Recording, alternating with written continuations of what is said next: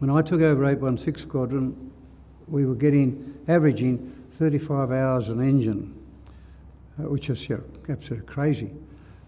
But a young lieutenant engineer called John Selby joined, and his first squadron job, and he came to me and said, "Why do you go flying around on one? What we used to do is you get airborne and you shut down one engine to save fuel, and you trundle along on one, and then every half hour you'd light up that one and shut down the other one."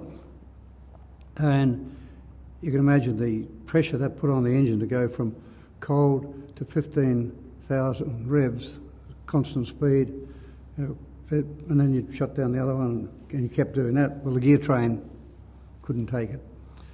And he said, if you flew around on two, you'd not do this silly thing. I said, we've always done it that way, it's in the book. He said, yeah, but you would. I said, but then we wouldn't go so far. And he said, if you worked it out, that you're doing 2 hours on 150 or 1.5 hours on 180. And it came out to hardly anything. So I took it up to the boss here, and he said, "Oh, you can't do that. Well, it's in the book. That's what we do." And I said, "I've tried that argument." So I said, "Can we try it?"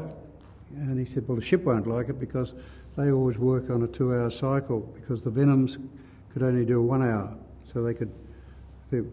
So you took off on the hour and did 2, and the Venoms came back. They took off on the next hour when you came."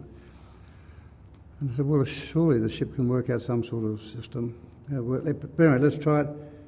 And we straight away went up to getting 220, 230 hours an engine. I mean, the problem just disappeared.